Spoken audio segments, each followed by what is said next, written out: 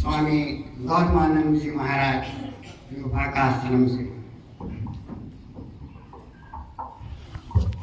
समय के 15 मिनट।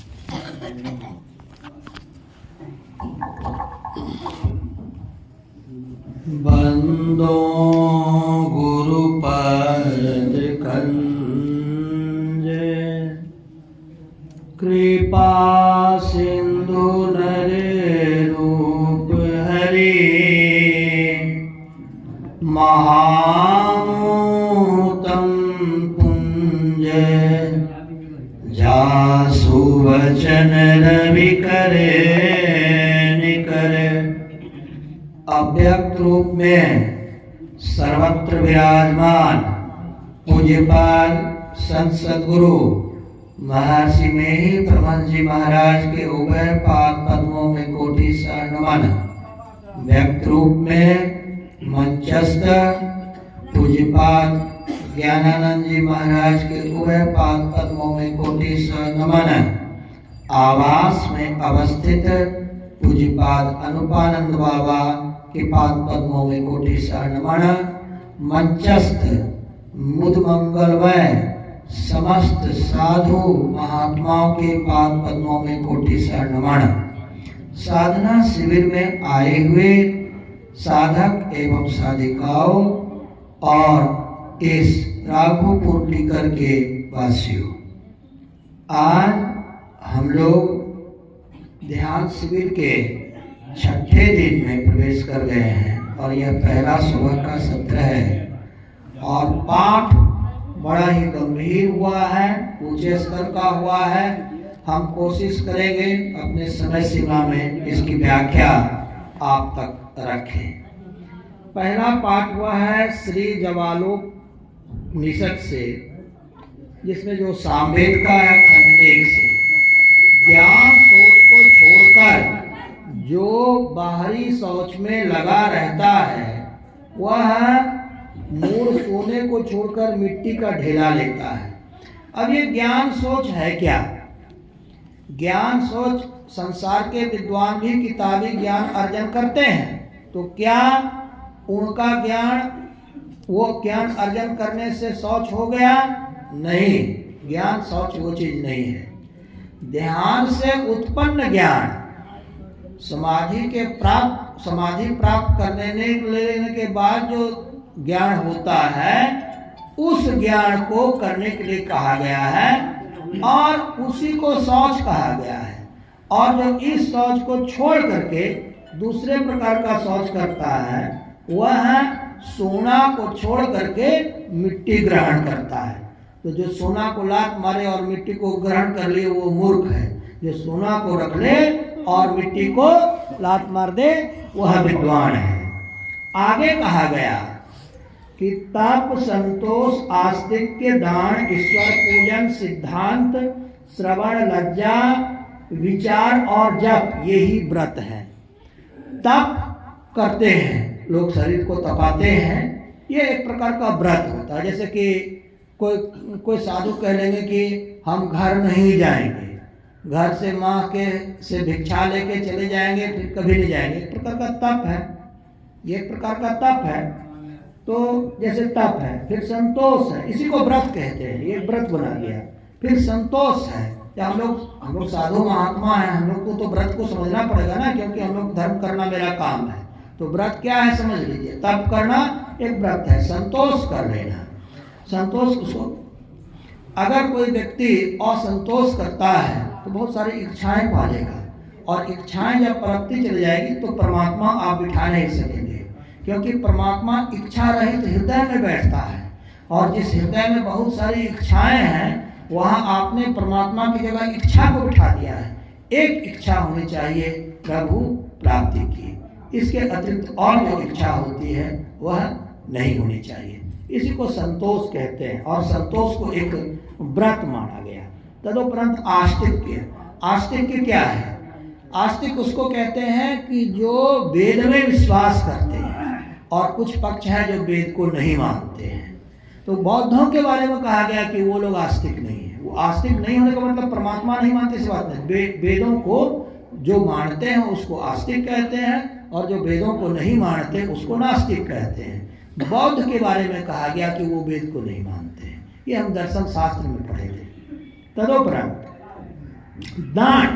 दान एक व्रत है। आप नियम पूर्वक दान करते जाएं। दान 3 प्रकार का होता है। तन से दान जो है बहुत प्रकार के होते हैं। जैसे किसी को कुछ वस्तु प्रदान करना, सबसे बड़ा दान क्या कहा गया? धर्म का दान सबसे बड़ा दान है। और धर्म में क्या? जैसे कोई किसी महायोगी के पास जाए, महायोगी की कृपा से आपकी समाधि लगने लग जाए। आप अंदर में नाद खोज रहे थे, आपको नाद नहीं मिल रहा था, किसी योगी के पास जाएं और उसके सानिध्य में बैठने लग जाएं तो आपको नाद का श्रवण होने लग जाए, तो इसको सबसे बड़ा दान कहा गया है। इसके अतिरिक्त आपको हम घोड़े दे दें, कार दे दें, आश्रम बना दें, ये सब दान हैं, छोटे छोटे स्तर पर दान है। तो दान को व्रत कहा गया। इसको व्रत मान के कीजिए। अगर दान करना है, जैसे कि इस शास्त्र में कहा गया अपने शुद्ध आय का 5वां भाग संत महात्माओं को दान करना चाहिए। जैसे मान लीजिए हम 1 महीना में 1 लाख रुपया कमाते हैं, तो उसका 5वां भाग 20,000 रुपया संत महात्मा को देना चाहिए, जिससे आप ध्यान ज्ञान सीखते हैं। तो उससे होगा क्या? उस 20,000 रुपया से संत महात्मा ध्यान कर लेंगे और अपनी यौगिक शक्ति का जो आपका 5वां भाग जो आएगा ध्यान में महात्माओं के, उससे जो महात्मा यौगिक शक्ति अर्जन करेंगे, परमात्मा उसकी यौगिक शक्ति को ऑटोमेटिक आपके पास भेज देगा। आपका अन्न कोई खाएगा महात्मा, तो उसके ध्यान अपने आप ही आप में चले जाते हैं। तो शास्त्र का आदेश है अपने शुद्ध आय का 5वां भाग दान करना चाहिए। और दान को एक व्रत के रूप में लिया गया है। अगर आप दान कर रहे हैं तो इसको एक व्रत मान लीजिए। जैसे ना इतवारी करता है, कोई सोमवारी करता है, कोई मंगलवारी करता है, इस तरह से व्रत करता है, एक व्रत मान लीजिए। हम दिन में अगर 1,000 रुपया कमाते हैं तो 1,000 का 5वां भाग कितना हुआ? 200 रुपया। 200 रुपया उस संत महात्मा को दान देना है जो आपके पैसे का आहार ग्रहण करके ध्यान करते हैं। वो ध्यान चूंकि आपके अन्न पर आपके गुरु आश्रित हैं, वो ध्यान का फल आपके खाते में अपने आप चला जाता है। उसके अलग से कोई रजिस्ट्रेशन नहीं कराना पड़ता। ये दान कहा गया। फिर है ईश्वर पूजन। ईश्वर पूजन एक व्रत है। ईश्वर की उपासना करते हैं। संत मत में ईश्वर किसको कहा जाता है? जो शब्द का श्रवण करते हैं उसी को ईश्वर कहा गया संत मत में। तो ईश्वर पूजन जो भगवान के फोटो इत्यादि होते हैं, और ईश्वर पूजन अब व्यवहार में लीजिएगा तो जो सब साधना करते हैं उसका पूजन भी ईश्वर पूजन कहलाएगा। राधा स्वामी में तो ये बात बहुत स्पष्ट है। तदोपरांत सिद्धांत श्रवण। जिस धर्म से आप जुड़े हुए हैं, जैसे आप संतमत के हैं तो संतमत के सिद्धांत जो हम लोग पढ़ते हैं उसका श्रवण करना चाहिए। किन सिद्धांतों पर आपको जीवन को ले जाना है, क्या क्या आपको जीवन में करना है, पहले सिद्धांत का जब श्रवण करेंगे और उसके बाद तब आप चल सकेंगे। और यह श्रवण करना एक व्रत है, यह श्लोक कहता है। तदोपरांत विचार और जप। विचार और जप। विचार करना कि क्या करना चाहिए और क्या नहीं करना चाहिए। What we have to do and what we have not to do. क्या करना है, क्या कर्तव्य है, क्या अकर्तव्य है, ये करना चाहिए। संसार का त्याग करना चाहिए। ब्रह्म सत्यम जगत मिथ्या। संसार झूठा है, इसका त्याग कर दो। ब्रह्म सच्चा है, उसको प्राप्त करने के लिए प्रयास करो। कैसे करोगे? गुरु की सेवा करके, सत्संग श्रवण करके और ध्यान करके, ये करना पड़ेगा। विचार। फिर जप। जो जप करते हैं, जो हम लोग को दीक्षा में जप दिया गया है, जप एक व्रत माना गया है, उस जप को करना है। वाचिक है, मानस है, उपांशु है, इन सब जपों को करना है। तदुपरांत आगे कहा गया भीतर में रहने वाला दूषित चित्त तीर्थ स्थान से शुद्ध नहीं होता। हमारा चित्त को अंग्रेजी में क्या कहते हैं? कॉन्शसनेस। और गुरु महाराज ने कुछ स्तर पर कॉन्शसनेस, चेतन आत्मा को माना। चेतन आत्मा, कॉन्शसनेस, क्योंकि केवल आत्मा तो बहुत ऊंची चीज है, इसको प्राप्त करने में लाखों वर्ष लग जाते हैं। लेकिन चेतन आत्मा इसी जीवन में कुछ अंश तक देखा, समझा, बुझा जा सकता है, अनुभव किया जा सकता है। इसलिए चेतन को ही आत्मा माना। परंतु आत्मा तो यह है नहीं, आत्मा तो आत्मा है जो जड़ चेतन से परे है। परंतु गुरु महाराज ने कहीं कहीं चेतन आत्मा को भी माना है, क्योंकि मूल आत्मा प्राप्त करने में समय लगते हैं। चेतन जड़ से थोड़ा पृथक होता है तो उसको भी माना गया।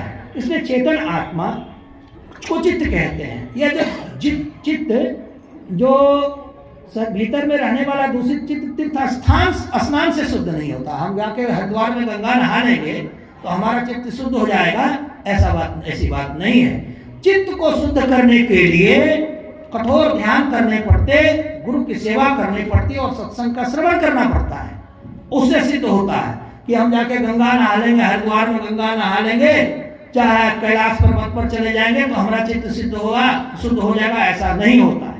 जो ऐसा मानते हैं, चित्त मतलब कि चेतन आत्मा, कॉन्शसनेस सोल कहते हैं। उसके आगे कहा वह शिव तो शरीर में विद्वान है, पर मूर्ख लोग तीर्थ में, दान में, जप में, यज्ञ में, काष्ठ में और पाषाण में शिव देखते हैं। शिव जिसको कहते हैं, शिव का मतलब कल्याणकारी, शिव शिव शिव शिव। और शैव संप्रदाय के लोग मिलेंगे आपको, कहेंगे शिव शिव शिव शिव, आपका कल्याण हो, आपका कल्याण हो, कल्याण हो, वेलफेयर। तो कल्याण अगर जीव का नहीं होगा तो क्या होगा, वो दुखी होगा। इसलिए भगवान शंकर सबका कल्याण करते हैं। तो शिव के बारे में कहा कि शिव जो है हम लोग के शरीर में है, शरीर के अतिरिक्त। और मूर्ख लोग देखिए अपने शरीर में क्या नहीं है, सारे देवी देवता हैं, हमारा परमात्मा भी शरीर के अंदर है, परमात्मा हर जगह है, परंतु शरीर के अंदर जाने के बाद ही उसको बाहर भी प्राप्त किया जा सकता है। उसी तरह से भगवान शिव अपने शरीर में विद्वान है। मूर्ख लोग उसको कहाँ खोजते, तीर्थ करने जाएंगे कैलाश पर्वत पर, वो मूर्ख लोग कहेंगे। फिर कहते हैं कि इतना पैसा दान करेंगे तो शिव मिलेगा। दान करने से शिव नहीं मिलता है, अपने अंदर में जो शिव भगवान है उसकी उपासना ध्यान करके शिव मिलते हैं। फिर यहाँ पर एक और बड़ा कदम उठा दिया गया इस मंत्र के द्वारा कि जप में शिव नहीं है। ये शास्त्र कहता है, जप में शिव नहीं है। कहने का मतलब ये ऊंची भक्ति करने के लिए कहते हैं, आप सीधे शिव भगवान के स्वरूप का ध्यान कीजिए। जप करने में ये सिद्धांत कह रहा है कि शिव नहीं मानी जाएगी। और फिर है कि काष्ठ में और पाषाण में शिव जो देखते हैं, लकड़ी में कोई लकड़ी की मूर्ति बना के भगवान शंकर की पूजा करते हैं या पाषाण में करते हैं, वहां शिव नहीं है। शिव आपके शरीर में है। शरीर के शिव को प्राप्त करने के लिए शिव शक्ति बिंदु नाद महालिंगम शिव शक्ति निकेतनम, जो बिंदु है वही शिव है अपने संत मत में। तो आप बिंदु का श्रवण, बिंदु का दर्शन कहाँ करेंगे, शरीर के बाहर, पत्थर में, लकड़ी में, वहां पर नहीं होता है। वही कहा गया। आगे कहा गया पर्वत के आगे नदी के किनारे बेल श्रीफल श्रीफल वृक्ष की जड़ में अथवा वन में सुंदर और पवित्र स्थान में मठ बनाकर स्थित हो जावे। ध्यान करने वाला को, परमात्मा की शोध करने वाला को क्या करना चाहिए, पर्वत के आगे बैठ जाना चाहिए। जहाँ कोई पर्वत हो, यहाँ भी जैसे मंदार पर्वत है, और साकुन में भी एक माता जी कल बता रही थी पर्वत, हमको मन कर रहा है वहां जाके कुछ दिन ध्यान करेंगे साकुन पर्वत पर। और नदी के किनारे, हम नदी के किनारे बैठते थे, तो नदी के किनारे के अंदर का नयनाकाश और बाहर का आकाश दोनों मिल जाता था, बड़ा अच्छा लगता था। नदी के किनारे ध्यान करना चाहिए। तदुपरांत और बेल का पेड़ हो, उसके नीचे श्रीफल का पेड़ हो वृक्ष के जड़ में, अथवा वन में कोई जंगल हो, वहां जाकर ध्यान कीजिए। सुंदर और पवित्र स्थान में, कोई सुंदर स्थान है और पवित्र स्थान है, वहां पर एक मठ का निर्माण कर लीजिए और मठ में स्थिर हो जाइए। इधर उधर नाचने से परमात्मा नहीं मिलता, एक ही जगह परमात्मा मिलते हैं, एक ही जगह स्थिर होकर के ध्यान करने से मिलते हैं। आसन आरंभ करके पूर्व या उत्तर मुख, पीछे गला, सिर और शरीर को सीधा करके, पूरब मुख से बैठिए ध्यान करने पर, अथवा उत्तर मुख को बैठिए और पीछे का गला, सिर और शरीर को सीधा करके बैठिए। मुख बंद करके अच्छी तरह निश्चल हो गए। आंख ध्यान करते समय मुंह बंद कर लें और निश्चल हो, चलायमान नहीं हो, गतिमान नहीं हो। नाक के आगे चंद्रबिंब बिंदु के मध्य में, नाक के आगे चंद्रबिंब बिंदु के मध्य में उस तुर्य और जुते हुए अमृत को अच्छी तरह समाधिस्थ होकर आंखों से देखें। वहां अमृत चूता है, समाधिस्थ होकर उस अमृत को देखें और देखें तो पिए भी। देखिए कि क्या होगा, अमृत पी जाइए। एक महापुरुष हैं, वो हमको कहते हैं कि मैं 4 दिन तक, जब भिक्षा नहीं आती आश्रम में, तो मैं 4 दिन तक भूखे रह जाता हूँ। तो बोले वो आप तो खाते कैसे हैं? बोले कि हम महाकारण शरीर में जा करके थोड़ा सा अमृत पी लेते हैं, वो 4 दिन मेरा टिक जाता है, फिर 5-5 दिन जब दान आता है तब खाते, नहीं तो खाते ही नहीं। तो ऐसे ऐसे महापुरुष हमारे देश में हैं और इन महापुरुषों पर हम लोगों को गर्व है। यही वास्तव में भारत है। यही भारत की शान है। पूरी दुनिया भारत में इसी के लिए आती है कि भारत में इतने बड़े बड़े महापुरुष हैं जो पूरी दुनिया में और कहीं है नहीं।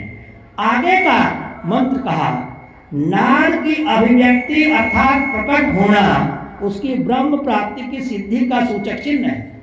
नाद यदि प्रकट हो रहा है, नाद को प्रकट करना इतना बच्चे का खेल नहीं है। और जहां तक मैं जानता हूं, हमारे से एक बड़े बड़े योगी बैठे हैं, हमसे करोड़ों गुना ज्यादा जानते। जहां तक मैं जानता हूं, पूरा जो सत्यनिष्ठ रहेगा, पूरा जो ईमानदार रहेगा, चोरी की न खाएगा न खिलाएगा और गुरु के चरण पर समर्पित रहेगा, उसको नाद प्राप्त होगा।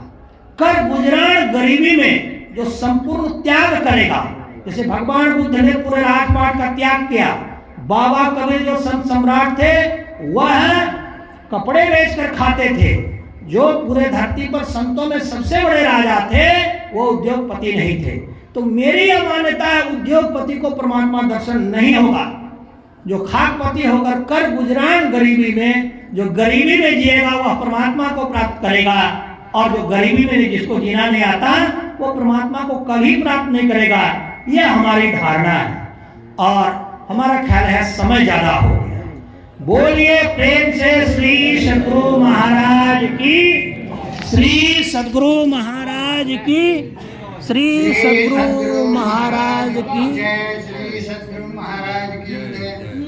अब हम लोग श्री पूज्य से अमृतमय वचन को सुनेंगे। श्री सद्गुरु महाराज की जय।